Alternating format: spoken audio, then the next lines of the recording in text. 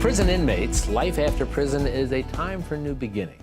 However, according to the National Institution of Justice, recidivism is very high, with about 68% of those released being rearrested. Now, one organization is looking to change that with a cutting-edge program.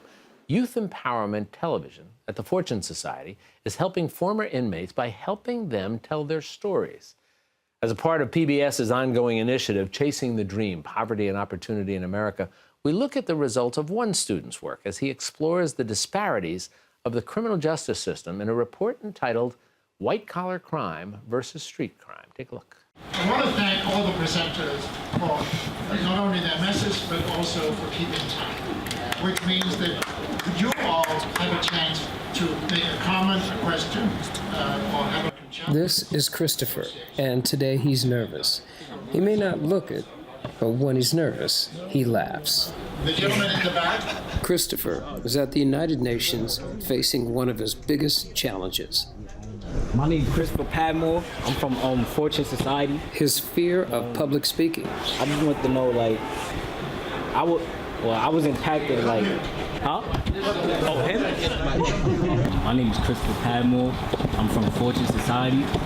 But let's go back to the beginning. No, not that far. Yes, right there. The young man behind the camera is Christopher Padmore. Last fall, Christopher enrolled in a video journalism class at the Fortune Society. Taught by Melvin McRae, each student was asked to research, shoot, interview, and even edit their own story ideas. Now, Christopher was intrigued by the almost corporate structure of the mafia, but finding people to interview proved to be very difficult. Like the difference between white-collar crimes and regular crimes. White collar is meaning like non-violent, people that do more behind-the-scenes stuff. Regular crimes is considered to be like violent crimes and things of that nature. America considers street crime to be worse, but honestly, a lot of white-collar criminals don't get punished for kind of like privilege of race and class, and the same amount of crack cocaine is a larger sentence than a small amount of a drug that's considered, like people are divided by class, class, race, and like standing in society. Christopher's story pitch morphed into an examination of the difference in class and sentencing between white-collar crime and street crime. It seemed like a good idea. In fact, we interviewed Osai Gerald and Guy Woodard. Both are former clients of the Fortune Society and now employees. With the Fed, it's always the money. That's how they categorize you. That's how they sentence you, according to how much money your dope was worth, or how much money you took from a bank, or how much money whatever it is. There's really no difference. Crime is crime. But some people choose white-collar crime because some people like to use their brain.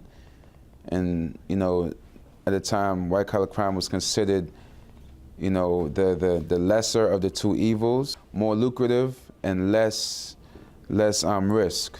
But a funny thing happened.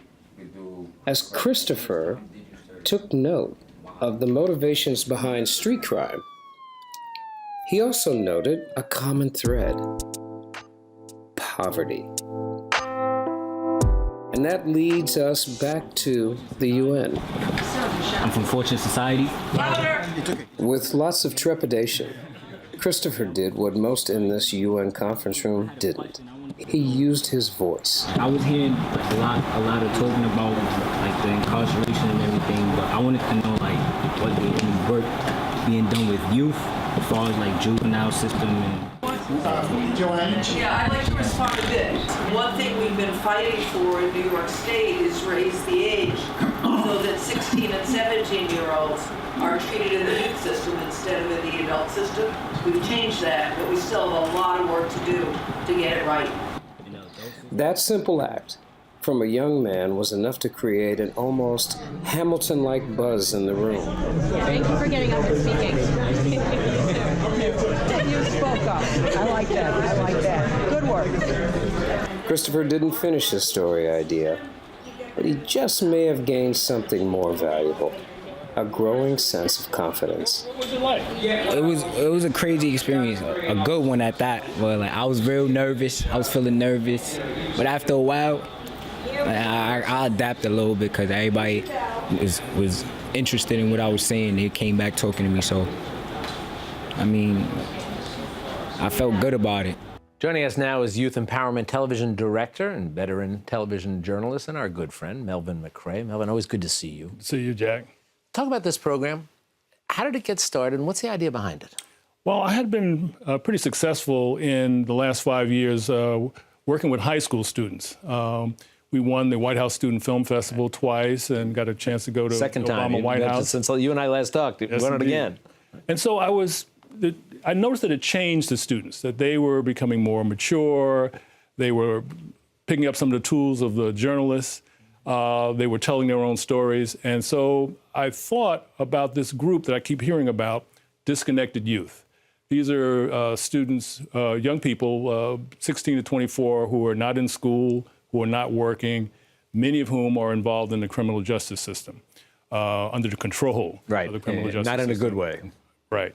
So I said, what if my program could help these young men and women turn their lives around, tell their stories, give them some video production skills, and more importantly, teach them to analyze their communities. Give them the tools of a reporter, the inquiry, the reporting, the research, to be able to analyze what's going on in their community that could change let their them lives. literally and figuratively look at their community through a different lens, different Absolutely. perspective. When you look at them becoming storytellers, why do you think it was helpful, not just for them personally, but also for their voices to be heard in terms of our criminal justice system? Well, I got to tell you, this particular group I'd never worked with. And so I'm on a learning curve. So I didn't realize how important it was. These are people who really don't have their stories told. They don't have a voice, and they feel marginalized. So I was very excited about giving them a voice, letting their stories be told. So the learning curve was that when I first showed up, the first day, they told me they don't really listen to people my age. And so I immediately realized that I had a problem. I hired a lot of 20-something and 30-something instructors to work with me, so there wouldn't be that age thing going on. But I think it's a matter of trust. Once you gain their trust and you get to work with them over a period of time and they see you show up every day and they realize you really care about them, then I think the paradigm shifts and we were collaborative eventually. Well, as always, you're doing wonderful work, and it's always a pleasure to get you in here and talk with you about some of these developments. So, Melvin, you be well. Look forward to talking to you again real soon, and congratulations and good luck with continuing this program. Thank you so much. You take care.